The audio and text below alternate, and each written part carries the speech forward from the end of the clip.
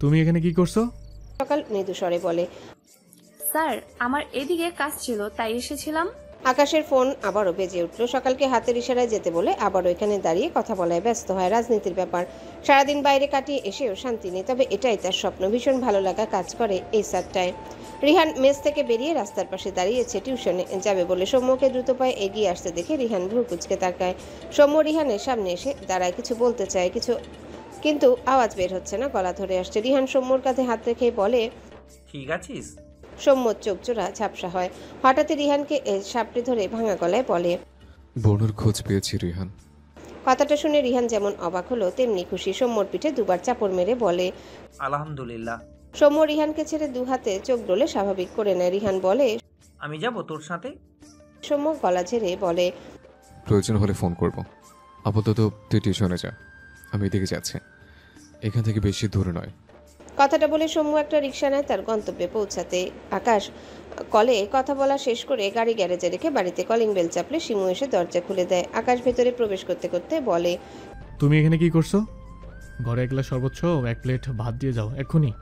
শিমু দরজা আটকালো। আকাশ সিঁড়ি বেয়ে উপরে উঠতে নিলে আসমানি নওয়ান কঠোর স্বরে বলে, আকাশ, দাঁড়াও। মায়ের কণ্ঠে আকাশের পা থেমে যায়। কণ্ঠস্বরে বুঝতে পারলো তার মা রেগে আছে। আকাশ চিন্তিত হয়। রাগ হওয়ার মতো সে কি কিছু করেছে? সে গতকাল বৃষ্টির মধ্যে বেরিয়ে অফিসে গিয়েছিল, এরপর অফিস থেকে আনিকার বাড়িতে গিয়েছিল, সকালে সেখানে থেকে আবার কাজে ছুটেছে, আজ বাড়ি ফিরলো, এজন্য রেগে আছে নাকি? ভাবনা রেখে আকাশ তার মায়ের সামনে গিয়ে বলে, কি হয়েছে মা? আসমানি নওয়ান গলা উঁচু করে সন্ধ্যাকে ডাকে। দুবার ডাকতে সন্ধ্যা তার ঘর থেকে বেরিয়ে আসে। সামনে তাকালে আকাশের সাথে চোখাচোখি হয়। সন্ধ্যার সাথে সাথেই মাথা নিচু করে নেয়। আকাশ ভ্রু কুঁচকে তাকায়। সন্ধ্যার চোখ দুটো তার কাছে অস্বাভাবিক লাল লাগলো। যদিও তার নিজের চোখ দুটো লাল, গতকাল সারা রাত ঘুম হয়নি তার। মায়ের কথায় আকাশের ধ্যান ভাঙে। তুমি ডিভোর্স পেপারে সাইন করছিলা? আকাশের ভ্রু জোড়া কুঁচকে যায়। আসমানি নওয়ান উত্তরের আশায় আকাশের পানে চেয়ে আছে। গতকাল আকাশ বাড়ি না ফেরে আকাশের বাবা আনিকাকে কল করেছিল। আনিকা বলেছিল আকাশ তার বাড়ি। এরপর আনিকা আসমানি নওয়ানের সাথে কথা বলতে চাইলে তিনি বলেন। আর তখন আনিকা আসমানি নওয়ানকে আকাশ এসে ডিভোর্সের পেপারের ব্যাপারে সবকিছু বলেন। আকাশকে চুপ দেখে আসমানি নওয়ান শক্ত কণ্ঠে বলে, কি হইল? কথা কইতাছো না কেন? তুমি সন্ধ্যার জন্য ডিভোর্স পেপার বানায়া তাতে সাইন করছিলা? আকাশ বিরক্ত হয়। সাথে মায়ের অহেতু কেমন ব্যবহার, এসব প্রশ্নে রেগে যায়। গতকাল এই মেয়েটার জন্য সে বাড়িতেই আসলো না। আনিকার বাড়ি গিয়ে ভাবলো ওখানে শান্তি পাবে, অথচ সে সারা রাত দু চোখের পাতা এক করতে পারেনি। মাথা ব্যথা করছে, চোখের 12টা বেজে আছে। দুদিনেই এই মেয়ে তাকে পাগল বানিয়ে দিয়েছে। সে কোথাও গিয়ে শান্তি পাচ্ছে না। রাগটা সবার আগে সন্ধ্যার উপর হচ্ছে। রাগে জিদ্দে চিৎকার করে বলে, হ্যাঁ হ্যাঁ, ডিভোর্স দিতে চাই। এত জোর করছো কেন আমাকে? আমি তো প্রথম দিনে বলে দিয়েছি আমি ওই বেয়াদব মেয়েকে ডিভোর্স দিয়ে দেবো।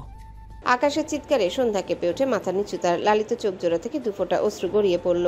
আসমানি নওয়ান রেগে আকাশের ডান গালে কষিয়ে একটা থাপ্পড় মেরে দেয়। আগুনে ঘি ঢালার মতো কাজ হলো যেন। আকাশ আগের চেয়েও জোরে চিৎকার করে বলে, তুমি ওই মেয়েটার জন্য বারবার আমাকে কেন হাত তুললে? হ্যাঁ, কথাটা বলে উল্টো ঘুরে হাতের কাছে একটা ফুলদানি পেয়ে ছুঁড়ে মারে। ফুলদানিটা সন্ধ্যার পাশ ঘেঁষে ভেঙে চুরমার হয়ে যায়। সন্ধ্যা মাথা তুলল না, নড়ল না।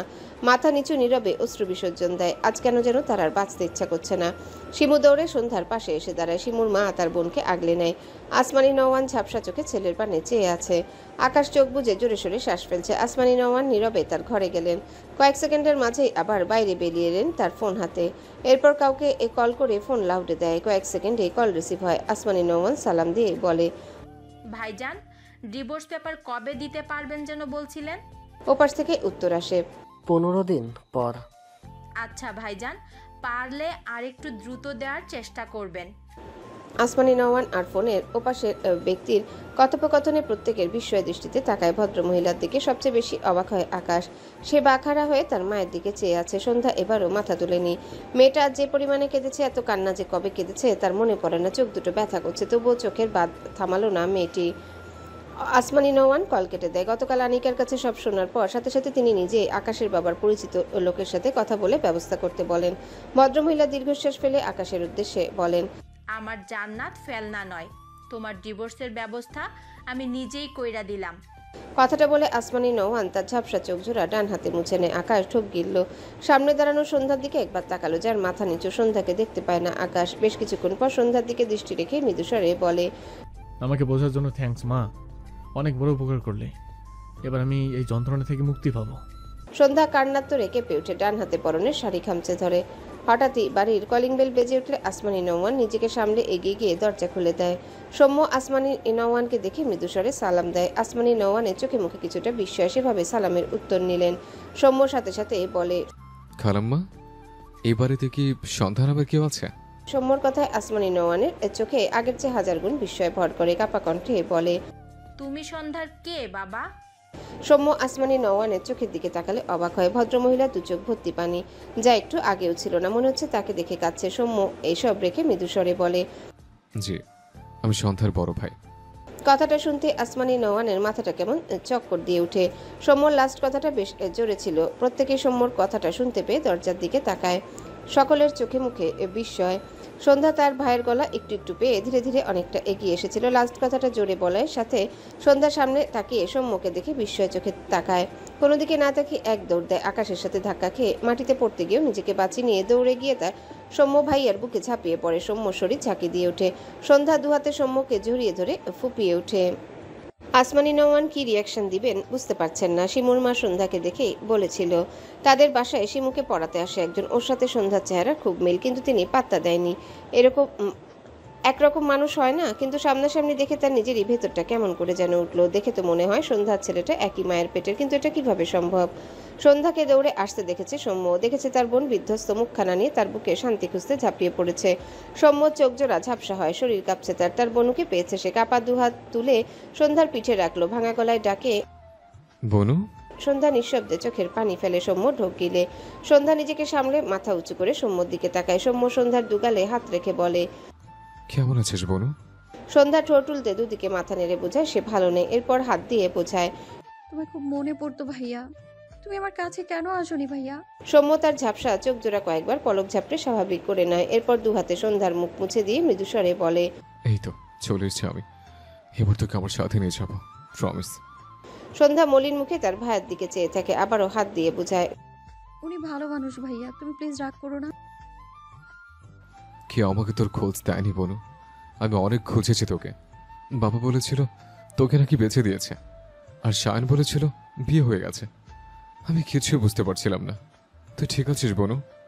এখানে তোকে সবাই মারে তাই না? সন্ধ্যার চোখ থেকে পানি গড়িয়ে পড়ে। সৌম্য ডান হাতের বুড়ো আঙ্গুলের সাহায্যে আবারও তার বোনের গাল মুছে দিয়ে বলে, কাঁদিস না বনু, আর কেউ তোকে কিচ্ছু বলতে পারবে না। সন্ধ্যা ডান হাত তুলে তার ভাইয়ের গাল ছুঁয়ে দেয়। ভেজা চোখে মৃদু হাসে। সৌম্য নিজের বোনের হাসিতে একটুখানি হাসে। এদিকে সন্ধ্যা আর সৌম্যর কথোপকথনে পুরো বাড়ির লোক বিস্ময় চোখে চেয়ে আছে। আকাশ একবার সৌম্যর দিকে তাকায়, আরেকবার পিঠ ফিরিয়ে থাকা সন্ধ্যার দিকে তাকায়। সৌম্য সন্ধ্যা তার ভাইকে কতটা ভালোবাসে এই আন্দাজ আকাশ একটু হলেও করতে পারে। বেশ কয়েকবার সে দেখেছে। সৌম্যর বলা তোকে সবাই মারে বাক্যটি শুনে আকাশ ঢোক গিলল। তার মনে পড়ল সন্ধ্যাকে সে প্রথম দিন থাপ্পড় মেরেছিল। সে তো জানতো না মেয়েটা কথা বলতে পারে না। সে ভেবেছিল মেয়েটি ভালো নয়, এজন্য তার কথার উত্তরও দিচ্ছে না। হঠাৎ রাগে কি করে নিজেই বুঝতে পারে না সে। সন্ধ্যাকে সে নিজ জীবনে চায় না, এটা সত্য। তবে সন্ধ্যাকে ভালো মেয়ে হিসেবে চেনার পর সেই প্রথম থাপ্পড় মারার জন্য নিজের কাছে নিজেকে অপরাধী লাগে। কিন্তু সরি বলার স্বভাব নেই তার, এজন্য এতদিন বলতে পারেনি। তবে আজ সৌম্যর কথায় আবারও পুরনো অপরাধবোধ জাগলো। সৌম্য মাথা তুলে সামনে তাকালে হঠাৎ আকাশকে দেখে বিস্ময়ের চোখে তাকায়। আকাশ আর সৌম্যর চোখাচোখি হয়। সৌম্যর বিস্ময়ে মনে প্রশ্ন জাগে, আকাশ এখানে কেন? এটা কি আকাশের বাড়ি? তার বোন এখানে কেন? তবে কি আকাশের সাথে তার বোন? কথাটা মাথায় আসতেই সৌম্য আগের চেয়েও বিস্ময়ের চোখে তাকায়। আকাশ তাদের ভার্সিটিতে খুবই চেনা একটা মুখ, যাকে নিয়ে বেশিরভাগ সময় কোনো না কোনো বিষয় নিয়ে কথা হয়। আর সেখান থেকে কানে কানে সৌম্য একবার শুনেছিল আকাশ বিয়ে করেছে, কিন্তু বউ মানে না। সৌম্য কখনো ভার্সিটিতে গিয়ে কারোর সাথে বসে গল্প করেনি, করলে হয়তো আরও কিছু জানতো। সে উপর থেকে এটুকুই জেনেছিল। কারো ব্যক্তিগত ব্যাপার নিয়ে নাড়াচাড়া করতে সৌম্য পছন্দ করে না। সৌম্য ঢোক গিলল। এরপর সন্ধ্যার হাত ধরে আকাশের সামনে গিয়ে দাঁড়ায়। অতঃপর বলে, আপনার সাথে আমার সৌম্য বোনের বিয়ে ধরা হয়েছে গলায় আকাশ ভাইয়া? বলে। আকাশ সৌম্যর পাশে দাঁড়ানো সন্ধ্যার পানে তাকালো। সন্ধ্যার মাথা নিচু। তার ভাইয়ের কথায় সে ভীষণ অবাক হয়। আকাশকে তার ভাই কিভাবে চেনে? প্রশ্নটি মাথায় আসলেও সন্ধ্যা মাথা তুলল না। সৌম্যর মনে পড়ে তার কাছে প্রথম দিন পাঠানো ভিডিওর কথা, যেখানে তার বোনকে কেউ সর্বশক্তি দিয়ে থাপ্পড় দিয়েছিল, আর তার বোন হুমড়ি খেয়ে পড়ে গিয়েছিল, অসহায় হয়ে কাঁদছিল। সৌম্যর নিঃশ্বাস ভারী হলো কথাগুলো ভেবে। আকাশের উদ্দেশ্যে আবারও বলে, কিছু বলছেন না কেন ভাইয়া? আকাশ দৃষ্টি ঘুরিয়ে সৌম্যর দিকে চেয়ে ছোট করে বলে, হয়েছে। সৌম্য সাথে সাথে প্রশ্ন করে। আকাশ অবাক হয়। সন্ধ্যাকে সে সেই প্রথম রাতে একটা থাপ্পড় মেরেছিল, এরপর আর থাপ্পড় মারেনি। কিন্তু এই কথা সৌম্য কিভাবে জানলো আকাশ বুঝলো না। তবে খুব স্বাভাবিকভাবে উত্তর দেয়, আমি রেখেছিলাম। কথাটা শুনতে সৌম্য যেমন অবাক হয় তেমনি প্রচণ্ড রাগ হয়। সন্ধ্যার হাত ছেড়ে দুহাত মুষ্টিবদ্ধ করে নেয়, আর একটু এগিয়ে এসে আকাশের চোখে চোখ রেখে রাগান্বিত স্বরে বলে, আপনার সাহস কি করে আমার বোনের গায়ে হাত তোলার? সৌম্যর ব্যবহার আকাশের একটুও ভালো লাগলো না, তার আত্মসম্মানে লাগলো। যেখানে তার সাথে দেখা হলে সৌম্য তাকে সালাম না দিলে এটা তাদের অপরাধ হিসেবে গণ্য হতো, আর আজ সৌম্য তার সাথে উঁচু গলায় কথা বলছে। সে অনুতপ্ত ছিল সন্ধ্যাকে একটা থাপ্পড় দেওয়ার জন্য, কিন্তু সৌম্যর এরকম ব্যবহারে আবারও হঠাৎ মাথাটা গরম হয়ে যায়। ডান হাতে সৌম্যর কাঁধে ধাক্কা দিয়ে রেগে বলে, সৌম্য গলা নেমে কথা বলো, বলে যাবে না আমি তোমার ভার্সিটির বড় ভাই। ধাক্কা খেয়ে সৌম্য দুপা পিছিয়ে যায়। রাগের মাত্রা আরও বাড়ল। ভুলে যায়নি আকাশ তার ভার্সিটির বড় ভাই। সে তো তার বাবাকেই কথা শোনাতে ছাড় দিত না তার বোনের জন্য, আর এখানে আকাশ বাইরের এক বড় ভাই, সে ছাড় দিবে কোনো প্রশ্নই আসে না। সৌম্য এগিয়ে এসে দুহাতে আকাশের পাঞ্জাবির কলার ধরে শক্ত কণ্ঠে বলে, আর আপনি ভুলে যাবেন না আমি সন্ধ্যার বড় ভাই। আকাশের চোখে মুখে ক্রোধ জমা হয়। সৌম্য শার্টের কলার ধরে শক্ত করে বলে, কাজটা ঠিক করে না সৌম্য। সৌম্য রাগান্বিত স্বরে বলে, ঠিক ব্যাঠিক আমি জানি মিস্টার আকাশ। কথাটা বলে হঠাৎই আকাশের গাল বরাবর একটা ঘুষি মেরে দেয়। আকাশের মুখ ডান দিকে হেলে যায়, রাগে শরীর কাঁপছে তার। বাড়ির সকলে বিস্ময় দৃষ্টিতে চেয়ে আছে। সন্ধ্যা চোখ বড় বড় করে চেয়ে আছে, কি হচ্ছে এসব? শিমুর মাথা ঘুরছে। তার স্যার সন্ধ্যার ভাই, তারপর আবার আকাশকে মারল। শিমুর মা বাকহীন হয়ে চেয়ে আছে। আসমানি নওয়ান একবার তার ছেলের দিকে তাকায়, আরেকবার সৌম্যর দিকে তাকায়। দ্রুত পায়ে এগিয়ে আসেন তিনি। সন্ধ্যাকে এগোতে দেখে থেমে গেলেন তিনি। সন্ধ্যা তার ভাইকে ঠেলে সরায় আকাশের থেকে। আকাশ সৌম্যর দিকে তেড়ে যায়। সৌম্যকে ঘুষি মারার জন্য হাত উঠালে সন্ধ্যা দ্রুত সামনের দিকে ফিরে আকাশের বুকে দুহাতে ধাক্কা দেয়। এরপর দুহাত জমা করে অনুরোধ করে যেন তার ভাইকে না মারে। আকাশ শীতল দৃষ্টিতে তাকায় সন্ধ্যার দিকে। সৌম্য রাগান্বিত স্বরে বলে, বনু তুই সর। এই লোকটা বাইরে ভালো সেজে থাকে আর ঘরে অসহায় একটা মেয়েকে মারধর করে। আকাশ ক্রোধান্বিত চোখে তাকায় সৌম্যর দিকে। দৃষ্টি নামিয়ে সন্ধ্যার দিকে তাকালে দেখলো মেয়েটা এখনো তার দিকে অসহায় দৃষ্টিতে চেয়ে আছে। আকাশ সন্ধ্যার দিকে চেয়ে তার হাত মুষ্টিবদ্ধ করে নামিয়ে নেয়। মৃদু স্বরে বলে, তোমার ভাইকে থামতে বলো সন্ধ্যা, আমি রেগে যাচ্ছি। আমি ওকে ধরলে তোমার ভাইকে বসাতে পারবে না কিন্তু। আকাশের কথাগুলোই না ছিল রাগ, না ছিল ক্রোধ, যেন কাউকে বুঝিয়ে বলছে। সন্ধ্যার চোখ থেকে টুপ করে দুফোঁটা পানি গড়ালো। দ্রুত উল্টে ঘুরে সৌম্যর দিকে তাকায়। দুহাতে সৌম্যর গাল ধরে তার দিকে ফেরায়, ইশারায় বোঝায়। আমাকে তোমার সাথে নিয়ে চলো প্লিজ। সৌম্য সন্ধ্যার প্রতিটা মনোভাব খুব নিখুঁতভাবে বুঝতে পারে। আকাশের বুঝতে কষ্ট হলেও বুঝলো। অবাক হলেও তাকে ভালো বলায়। সৌম্য আকাশের দিকে চেয়ে বলে, ভালো মানুষেরা কখনো মেয়েদের গায়ে হাত তোলে না, বুঝলি বনু? আর তারা বিয়ে করে বউকে না মানার জিকির করে না। আকাশ সৌম্যর দিকে বিস্ময় দৃষ্টিতে তাকায়। সৌম্যর চোখে মুখে এখনো রাগ। আকাশের দুহাত নিষ্পিস করছে, কিন্তু সে মারছে না কেন? সৌম্যকে সন্ধ্যা নিষেধ করলো বলে? এই মেয়েটা মাত্র কয়েকদিন তার জীবনে সমীকরণটাই যেন পাল্টে দিয়েছে। নিজের এসব হ্যাবিট নিজের বহন করতে অসহ্য লাগছে। সন্ধ্যা তার ভাইকে বুঝায়, সে সব বুঝিয়ে বলছে। এরপর সৌম্যের থেকে ফোন নিয়ে লিখতে শুরু করে। প্রায় মিনিট চার কিছু লিখলো। সবাই চুপ থাকলো, কেউ কিচ্ছু বলল না। সন্ধ্যার লেখা শেষ হলে সে তার ভাইয়ের সামনে ফোন ধরে, যেখানে লেখা, ভাইয়া, আকাশ নওয়ানকে তার মা আমার সাথে তার ইচ্ছার বিরুদ্ধে বিয়ে দিয়েছিল। তিনি বিয়ে করতে চাননি, এই জন্যই আমায় মানতে পারছিলেন না। উনি জানতেন না আমি কথা বলতে পারি না। উনি আমায় প্রশ্ন করছিল, কথা বলতে পারি না তো, আর ভয় পাচ্ছিলাম বলে হঠাৎ ইশারায় দেখাতে পারছিলাম না। তাছাড়া উনি কেন যেন আমায় লোভী ভাবতেন, সব মিলিয়ে রেগে মেরেছিল আমায়। এরপর আর মারেননি। উনি আমাকে অনেকবার হেল্প করেছিল ভাইয়া। তুমি ওনাকে কথা শুনিও না, মেরো না ওনাকে। তাছাড়া তুমিই ভাবো, আমাকে যদি একটা বোবা কালো ছেলের সাথে বিয়ে দেওয়া হয় না জেনেই, তবে তার রিয়াকশন কেমন হবে? তবু উনি আমাকে অনেক হেল্প করেছে। আমি অনেকবার বিপদে পড়েছি, আর উনি আমায় বিপদে ফেলে চলে যাননি। তুমি আর ঝামেলা করো না ভাইয়া, আমাকে তোমার সাথে নিয়ে চলো প্লিজ শুভ ভাইয়া।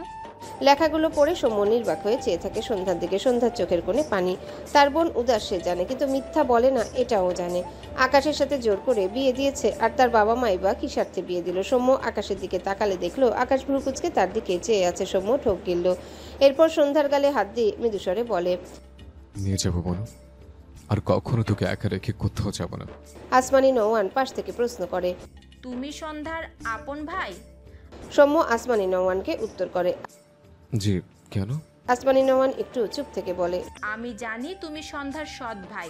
সন্ধ্যাকে এইখান থেকে কোথাও নিয়ে যেতে পারবা না। সৌম্য শিমু আর শিমুর মাকে দেখছে। একটু অবাক হলেও বুঝেছে এদের আত্মীয়। আর আসমানি নওয়ানকে দেখে বুঝেছে ভদ্রমহিলা আকাশের মা হবেন, তাছাড়া আর কেউ তো নেই। অবাক হয়ে বলে, কেন পারবো না? আকাশ ভাইয়া তো আমার বোনকে স্ত্রী হিসেবে মানে না। কারণ সন্ধ্যারে আমি তোমার নিমখারাম বাপের থেকে কিনা আনছি। 15 লাখ টাকা গুনে দিয়ে আসছি। সেইখান থেকে তুমি ভাগ পাও নাই বলে আবার আমার জান্নাতে নিয়ে যাইতে আসছো? এত অত্যাচার কইরাও শান্তি হয় নাই তোমাগো? আসমানি নওয়ানের কথাগুলো শুনে সকলের মনে হলো এখানে মাত্র বোম ব্লাস্ট হয়েছে। আকাশ সবচেয়ে বেশি অবাক হলো। তার বিয়ের পর সে 15 লাখ টাকা উধাও দেখে তার মাকে জিজ্ঞাসা করলে তিনি অনেক রিয়্যাক্ট করে। আর এদিকে তিনি ওই টাকাগুলো দিয়ে সন্ধ্যাকে কিনিয়ে এনেছে। সন্ধ্যা আর সৌম্য দুজনেই হতবাক হয়ে চেয়ে আছে আসমানি নওয়ানের দিকে। আসমানি নওয়ান সন্ধ্যার দিকে তাকালো। মেয়েটিকে তিনি জানাতে চায়নি, যতই হোক তার জন্মদাতা পাপ, সে সন্ধ্যা কষ্ট পাবে, কিন্তু আজ আবার সেই নরকে তার জান্নাতকে যেতে হবে শুনে নিজেকে সামলাতে পারল না। সৌম্য ঢোক গিলে বলে, কি বাজে কথা বলছেন? আমি সে ব্যাপারে কিছু জানি না।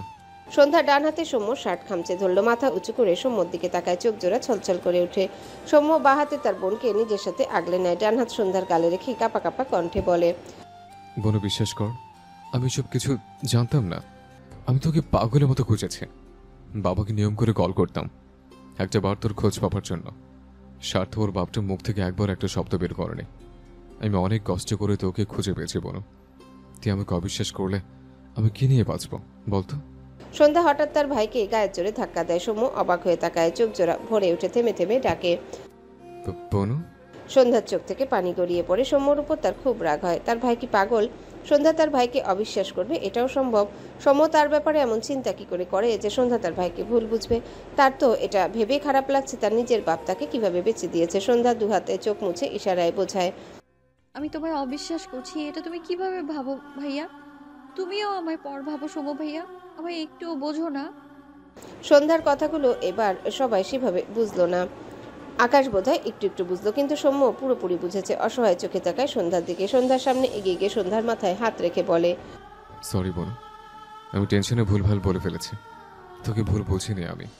সৌম্যর কথা শুনে সবাই অবাক হয়। এইবার হয়তো সন্ধ্যার ইশারায় বোঝানো কথাগুলো বুঝেছে। এদের ভাই বোনের এমন আবেগঘন কথোপকথনে প্রত্যেকে অবাক না হয়ে পারে না। সন্ধ্যা ইশারায় বলে, আমাকে তোমার কাছে নিয়ে যাও ভাইয়া প্লিজ।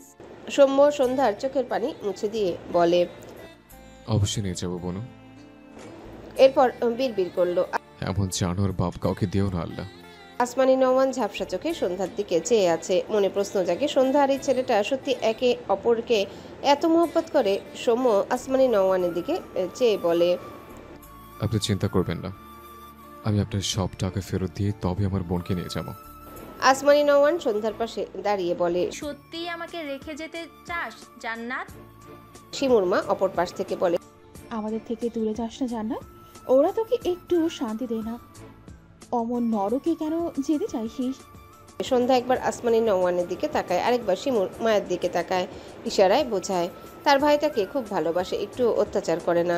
সৌম্য অবাক হয় দুজন ভদ্র মহিলার মুখে জান্নাত নাম শুনে। এই নামে তো তার মা তার বোনুকে ডাকতো। তার মায়ের সাথে কি কোনো কানেকশন আছে এনাদের? সৌম্য কিছু বলতে গিয়েও এই ভাবনা চেপে রাখলো। সে কিছু জানতে চায় না, সে শুধু তার বোনকে এখান থেকে নিয়ে তার কাছে রাখতে চায়। আকাশ দীর্ঘশ্বাস ফেলল। এদের ব্যাপার স্যাপার অনেকটা বুঝেছে। সৌম্যকে সে অনেক বছর আগে থেকে চিনে। সৌম্যর কথা শুনে এটাও বুঝলো এদের বাবা সুবিধার নয়, কোনোভাবে এদের দুজনকে এদের বাবাই আলাদা করেছে। তার মায়ের কথাতেও স্পষ্ট সে সৌম্যকে চিনত না, সেই অনুভূতি থেকে বের হতে চায়। তাছাড়া এদের ভাই বোনকে আলাদা রাখার কোনো মানেই হয় না, যেখানে দুজনে দুজনের সাথে থাকতে চায়। হঠাৎই রাগ উঠলে ও সেই রাগ পড়তে আকাশের সময় লাগে না, যেমন এখন সে রেগে নেই। অতঃপর দীর্ঘশ্বাস ফেলে বলে, সৌম্য তোমার বোনকে নিয়ে যাও, তবে টাকা ফেরত দিতে হবে না। আকাশের কথা শুনে আসমানি নওয়ান বিস্ময় দৃষ্টিতে তাকায় ছেলের পানে। সন্ধ্যাও অবাক হয়। সৌম্য অপরাধীর ন্যায় তাকায়। সে বুঝলো আকাশ তার অবস্থা জেনে পুরো 15 লাখ টাকা দিতে নিষেধ করলো। তাদের পুরো ভার্সিটি এমন আকাশকে চেনে, কিন্তু তখন হঠাৎ উপর থেকে একটু শুনেই রেগে গিয়ে রুড বিহেভ করে ফেলেছে, এমনকি মেরেছেও। তার বোনের ব্যাপারে ছাড় দিতে পারে না সে। সৌম্য মাথা নিচু করে মৃদু স্বরে বলে, রেডি থাকতে চাই না, আমি আপনাদের টাকা পরিশোধ করে দেব, আমাকে একদিন সময় দিন। সৌম্য কথাটা বলে সন্ধ্যার দিকে তাকিয়ে বলে, আমি কালকে এসে তোকে নিয়ে যাব বোনু, কেমন? এটুকু সময় অপেক্ষা করতে পারবি না? সন্ধ্যা ছলছল চোখে তাকায় তার ভাইয়ের দিকে, মাথা নেড়ে বোঝায় সে পারবে। এবার আবারও হাত নেড়ে বোঝায়, তুমি এত টাকা কোথায় পাবে ভাইয়া? সৌম্য মৃদু হেসে বলে, আমার কি মা আছে? তুই তো আমার মা, ছোট মা তুই আমার। সব পারি আমি আমার বোনের জন্য। তুই সাবধানে থাকবি। আমি কালকে এসে তোকে নিয়ে যাব কিন্তু। সন্ধ্যা তার ভাইয়ের বুকে মাথা রাখলো। তার ভাই কোথায় পাবে টাকা এটা ভেবেই মাথা ঘুরছে। দুফোঁটা অশ্রু গাল বেয়ে গড়িয়ে পড়ে। সৌম্য সন্ধ্যাকে বিদায় জানিয়ে বেরিয়ে যায় বাড়ি থেকে। যাওয়ার আগে শিমুর মাকে বলেছে সে আর শিমুকে পড়াতে পারবে না, আর আকাশকে ছোট্ট করে সরিও বলেছে। আসমানি নওয়ান কিছু বলল না। যেখানে সন্ধ্যা যেতে চায় সে কিভাবে বারণ করবে? আকাশ যেহেতু মানবে না সন্ধ্যাকে, তবে চলে যাওয়াই ভালো। আসমানি নওয়ান দীর্ঘশ্বাস ফেলে চুপচাপ তার ঘরে চলে গেল। তবে তার মাথায় কিছু ঘুরছে। সন্ধ্যাদের গ্রামে আরেকবার যেতে হবে তাকে। শিমুর মা ও মলিন মুখে নিজের ঘরে চলে যায়। শিমু ঝাপসা চোখে চেয়ে ভাই বোনের আলাপ দেখলো।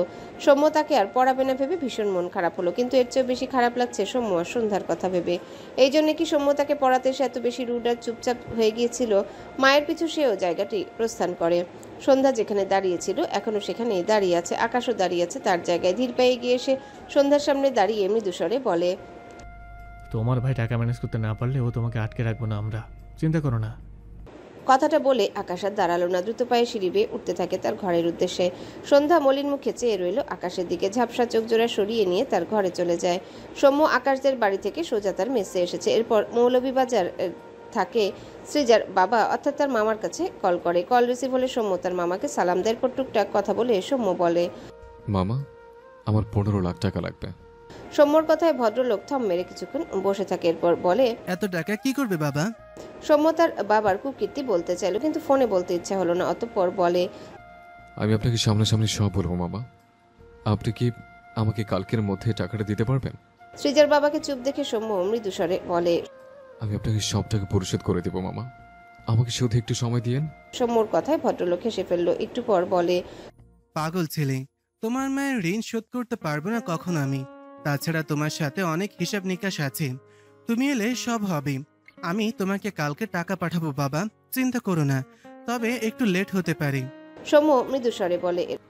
আচ্ছা মামা, সমস্যা নেই। ওর কল কেটে দেয়। পাশে রিহান বসা, সে গালে হাত দিয়ে বলে, আমার মাঝে মাঝে মনে হয় তোর বাপ তোদের বাপ তো নয়, ওটা মানুষও নয়। এমন অমানুষের গল্প কখনো শুনিনি আমি। সৌম্য রিহানের দিকে তাকিয়ে রইল। মৃদু হেসে বলে, তোর বাবা তোকে প্রতি মাসে টাকা পাঠায়, তাই না?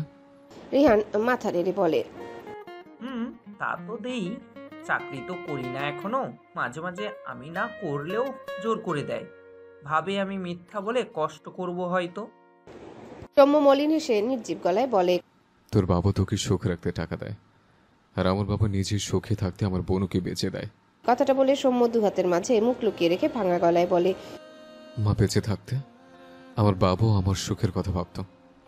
আসলে যার মা নেই তার কেউ নেই, কথাটা আমি আর আমার বোনও খুব বাজে ভাবে ফিল করেছে, এখনো করছে। রিহান মলিন মুখে তাকালো। নীরব সান্ত্বনা স্বরূপ সৌম্যর কাঁধে হাত রাখলো। রাত তখন 1টার কাছাকাছি। সন্ধ্যা বিছানা এক কোণে চুপ করে বসে আছে। দুহাটু ভাঁজ করে হাঁটুতে গাল ঠেকিয়ে অজানায় তাকিয়ে আছে, দৃষ্টিতে প্রাণ নেই। দুপা সামনের দিকে সামান্য মেলে রাখা। সন্ধ্যা দৃষ্টি ঘুরিয়ে তার দুপায়ে রাখে। আকাশে দেয়া নুপুর পড়েছিল সেদিন, আর খোলা হয়নি। সন্ধ্যা বেশ কিছুক্ষণ দুহাতে নুপুর দুটি নাড়ালো। ঠোঁটের কোণে মলিন হাসি ফুটলো। সময় নষ্ট না করে নুপুর দুটি পা থেকে খুললো। এরপর বিছানা থেকে নেমে টেবিলের কাছে গিয়ে চেয়ারে বসে একটা প্যাডে সময় নিয়ে কিছু লিখলো। শেষের দুটি শব্দের উপর ডান চোখ থেকে টুপ করে এক ফোঁটা পানি পড়ে। সন্ধ্যা ঢোক গিলে দু আঙুলের সাহায্যে লেখাটার উপর থেকে পানির কণা ছিটকে ফেলে। এরপর কাগজটি 4 ভাঁজ করে ডান হাতের মুঠোয় নেয়, আর নুপুর দুটি বক্সের ভেতর ঢুকিয়ে বা হাতে বক্সটি নিয়ে ঘর থেকে বের হয়। সবাই ঘুমিয়েছে হয়তো। সন্ধ্যা ধীরে ধীরে এগিয়ে যায়। পুরো বাড়ি জুড়ে মৃদু আলো ঘুরছে, যার ফলে সন্ধ্যার হাঁটতে খুব বেশি সমস্যা হলো না। একটা একটা করে সিঁড়ির ধাপ পেরিয়ে আকাশের ঘরের সামনে গিয়ে দাঁড়ায়। ভাবলো দরজা হয়তো লাগানো, তাই ছোট্ট চিরকুটার নুপুরের বক্স দরজার কাছে রেখে যাবে। কিন্তু কি যেন ভেবে বা হাত দরজায় রাখলে ঘরের দরজাটা কিছুটা আলগা হয়ে যায়।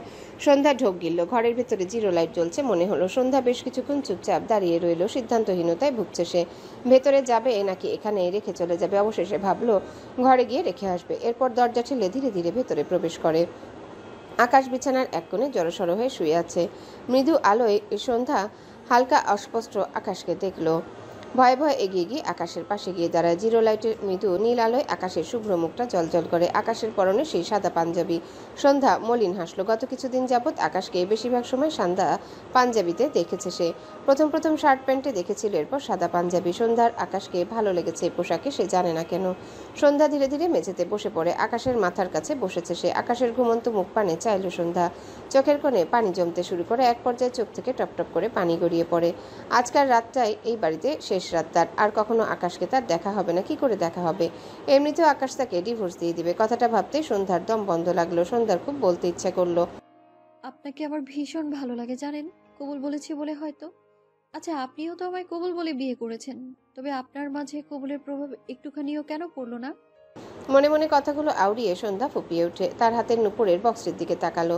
নুপুরটি তার খুব পছন্দ হয়েছিল। নুপুর সুন্দর বলে পছন্দ হয়েছে এমন নয়, বরং নুপুর দেওয়ার মানুষটি কবুল বলে বিয়ে করা স্বামী বলে ভালো লেগেছিল। খুব ইচ্ছে জেগেছিল এই নুপুর দুটি তার কাছে অতি যত্নে রাখতে। কিন্তু যে মানুষটা তাকে ভুল করেও একটুখানি চায় না, তার থেকে মুক্তি পেতে কতই না চেষ্টা যার, সে কি করে তার দেওয়া জিনিস নিজের কাছে রাখবে? সন্ধ্যা নিজেকে সামলে নেয়।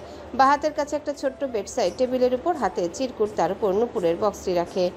এরপর আকাশের ঘুমন্ত মুখ পানে তাকায়, আবারও মেঝে থেকে উঠে দাঁড়ায়। উল্টো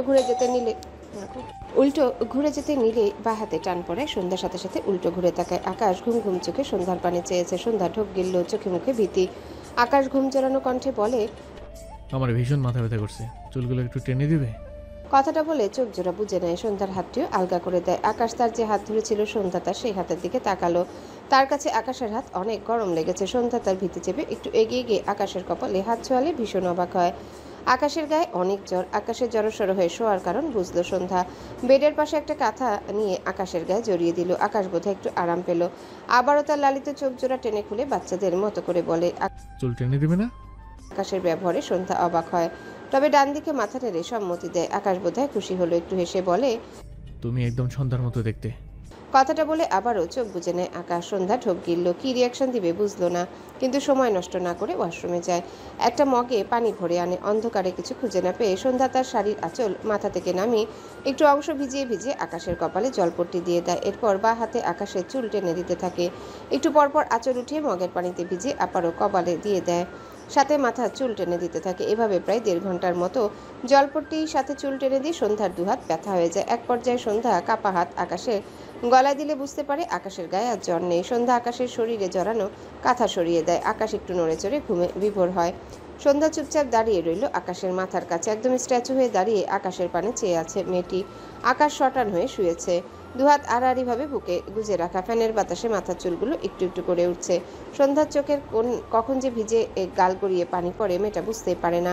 আচ্ছা, তার এত কষ্ট কেন হচ্ছে? কয়েকদিনের বিয়ে করা স্বামী তো, তবুও সন্ধ্যার মন মানে না। মেয়েটা এখানে আর দাঁড়ালো না। ডান হাতে ভেজা গাল মুছে ধীর পায়ে ঘরটি থেকে প্রস্থান করে।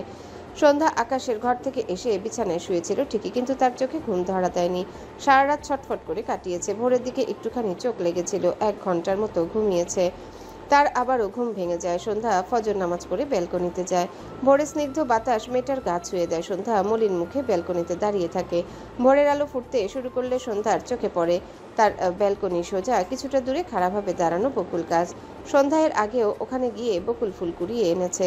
আজ আবারও ইচ্ছে করলো। ইচ্ছেকে না দমিয়ে বাগানের উদ্দেশ্যে ছুটে গেল। সকাল সকাল আকাশের ঘুম ভেঙে যায়। মাথাটা ভার হয়ে আছে। খেয়াল করলো তার পরনে পাঞ্জাবি। গতকাল রাতে শরীর মন দুটোই খারাপ লাগছিল। কখন ঘুমিয়েছে নিজেও বুঝতে পারেনি। ফ্রেশ না হয়ে ঘুমিয়ে গিয়েছিল। স্মৃতিতে আবছা মনে হলো সন্ধ্যা তার কাছে এসেছিল। কথাটা ভেবে আকাশ তার ব্রেনে চাপ প্রয়োগ করে, কিন্তু তেমন কিছু মনে করতে পারলো না। আকাশ নিজের উপর বিরক্ত হলো। ভাবলো আজ সৌম্য সন্ধ্যাকে নিয়ে গেলে সে এসব অবান্তর চিন্তা ভাবনা থেকে মুক্তি পাবে। এই ভেবে একটু স্বস্তি পায়। এরপর আকাশ বেড থেকে নেমে দাঁড়ালে পায়ের সাথে কিছু বেঁধে পড়ে যায়। আকাশ নিচু হলে দেখলো পানি ভর্তি মগ ছিল, যা তার পা বেঁধে সব পানি ঢেলে পড়ে গিয়েছে। আকাশ অবাক হলো, এই মগ ভর্তি পানি এখানে কিভাবে আসলো? সে কি এনেছিল? কিন্তু কেন আনবে? আকাশ বিরক্ত হয়ে ওয়াশরুমে চলে গেল। কি যে হচ্ছে তার সাথে নিজেকে পাগল পাগল লাগে। আকাশ সকাল সকাল শাওয়ার নিল। অস্বস্তি লাগছিল। তাছাড়া সারাদিন বাইরে কাজ আছে, বাড়িতে আসার সময় পাবে না। আকাশ ওয়াশরুম থেকে বেরিয়ে মাথা মুছে ব্যালকনিতে যায়। 1 কাপ কফি হলে ভালো লাগতো, কিন্তু এখন সবাই ঘুমে। ভাবলো সে নিজেই গিয়ে বানিয়ে আনবে, কিন্তু ব্যালকনিতে গিয়ে তার দৃষ্টি আটকে যায় প্রকৃতির মাঝে এক অন্যরকম সন্ধ্যাকে দেখে। সন্ধ্যা মাটিতে বসে বকুল ফুল কুড়াতে ব্যস্ত। খোপা করা দ্বিগুল চুলগুলো মাটিতে গড়িয়ে লুটোপুটি খায়। সন্ধ্যা বসে একটা একটা করে ফুল কুড়িয়ে শাড়ির আঁচলে ভরিয়ে রাখছে। আকাশ এক ধ্যানে সন্ধ্যার দিকে তাকিয়ে রইল। সন্ধ্যার গতিবিধি লক্ষ্য করায় বিভোর হলো। বেশ কিছুক্ষণ পেরিয়ে গেলে আকাশ বাহাত ব্যালকনির রেলিংয়ে রেখে চোখ বুজে নেয়। হৃদস্পন্দনের চাপ বেড়েছে। আকাশ মাথা দুদিকে নাড়ায়। না, সে আর সন্ধ্যাকে দেখবে না। সন্ধ্যা ফুল কুড়িয়ে নিয়ে উল্টো ঘুরে দাঁড়ায়। হঠাৎ তার সম্মুখে বরাবর দোতলায় দৃষ্টি গেলে আকাশকে দেখে অবাক হয়। মেয়েটার চোখে মুখে সামান্য লজ্জা ছিটে ফোটা, তবে আকাশের থেকে দৃষ্টি সরালো না। আকাশ একবারের জন্য চোখ খুলল না। সন্ধ্যার দৃষ্টি ঝাপসা হয়ে আসে। সে আর দাঁড়ালো না। বকুল ফুলে ভরা আঁচল হাতে ধরে দৌড় দিল এখান সেখান থেকে। আকাশ আরও কয়েক সেকেন্ড পর চোখ মেলে তাকায়। জায়গাটা ফাঁকা দেখে আকাশের দৃষ্টি এদিক ওদিক ছোটাছুটি করে, চঞ্চল হয় খানিক, কিন্তু সন্ধ্যাকে আজ চোখে পড়ল না। আকাশ দীর্ঘশ্বাস ফেলে। সে তো দেখবে না সন্ধ্যাকে, তবুও কেন খুঁজছে তার দৃষ্টি? সে তার নতুন অনুভূতির চক্করে মনে হচ্ছে ডিপ্রেশনে পড়ে যাচ্ছে। দীর্ঘশ্বাস ফেলে ঘরে চলে যায়। সন্ধ্যা তার ঘরে এসে ফুলগুলো বিছানার উপর রাখে। এরপর টেবিলের ড্রয়ার থেকে সুই সুতো বের করে বিছানায় গিয়ে বসে। শুয়ে সুতো লাগিয়ে ছোট ছোট বকুল ফুলগুলো একটা একটা করে শুয়ের মাঝে গেঁথে দেয়। তার সব আনা ফুলগুলো দিয়ে দুটো ছোট্ট মালা বানায়। এরপর একটি ফুলের মালা সন্ধ্যা তার হাতে 2 প্যাচ দিয়ে পরে। হাতের দিকে তাকিয়ে মৃদু হাসে সন্ধ্যা। সুই সুতো ড্রয়ারে রেখে ফুলের মালা দুটো টেবিলের উপর রাখে। এরপর চেয়ারে টেনে বসে একটা প্যাড খুলে সাদা পাতা বের করে, ডান হাতে একটা পেন্সিল নেয়। এরপর খুব মনোযোগ দিয়ে কিছু আঁকতে থাকে। সন্ধ্যার হাতের কাজ খুব সুন্দর। ক্লাস 6 থেকে 8 পর্যন্ত ক্লাসে আঁকতে হতো। হাতের কাজ ভালো হওয়ায় আঁকার হাত খুব একটা খারাপ না, আবার অনেক ভালোও না, তবে যা পারে তা চলনসই। প্রায় 1 ঘন্টা সময় নিয়ে বেশ কসরত করে কিছু আঁকলো। ছবির নিচের দিকে এক কোনায় টুপ করে 1 ফোঁটা পানি পড়ে। সন্ধ্যা শাড়ির আঁচল দ্বারা অতি যত্নে পানিটুকু মুছে দেয়। এরপর তার আঁকা ছবির নিচে কয়েক লাইন লিখে রেখে দেয় প্যাডটি। গাঁথা মালার একটা তার হাতের কবজিতে পড়া, আরেকটা মালা আঁকানো ছবিটার উপর রেখে দেয়। ঠোঁটের কোণে মলিন হাসি লেপটে, তবে দৃষ্টি ঝাপসা। ঘড়ির কাঁটায় তখন সকাল 9টা বেজে 30 মিনিট। আকাশ সিঁড়ি বেয়ে নামছে। তার পরনে সাদা পাঞ্জাবি, সাদা গ্যাবার্ডিন প্যান্ট, বা হাতে চেন ঘড়ি। সিঁড়ি বেয়ে নামতে নামতে 2 হাতের পাঞ্জাবির হাতা কনুই পর্যন্ত খুব সুন্দর করে গোটায়। টানা কয়েকদিন এই সাদা পাঞ্জাবি পরার কারণ সে তার অফিসে যায় না, বরং খুব সভ্য ভদ্র এক সভাপতি হওয়ায় সকল কার্যক্রমে ব্যস্ত থাকে সে। আজও তার ব্যতিক্রম নয়। বেশ কয়েকটা এলাকায় অভাবীদের কিছু কাপড় বিতরণ করবে সে। তাছাড়া বড় বড় নেতাদের সাথে সাক্ষাতের ব্যাপার আছে। আকাশ এগিয়ে এসে চেয়ার টেনে বসলো নাস্তা করার উদ্দেশ্যে। পাশে অরুণ বসা। ছেলেটা আগের মতো কথা বলে না অনামিকার সাথে। সেই ঘটনার পর থেকে একদম নিশ্চুপ হয়ে গিয়েছে। আকাশ দীর্ঘশ্বাস ফেলে বলে, হ্যালো বন্ধুরা, পরবর্তী পার্ট খুব তাড়াতাড়ি আসবে, তো সবাই অপেক্ষায় থাকো। আর চ্যানেলটি যারা এখনো সাবস্ক্রাইব করোনি তারা পরবর্তী পার্ট দেখার জন্য চ্যানেলটি সাবস্ক্রাইব করে রেখো। ধন্যবাদ সবাইকে, আমাদের সাথেই থেকো।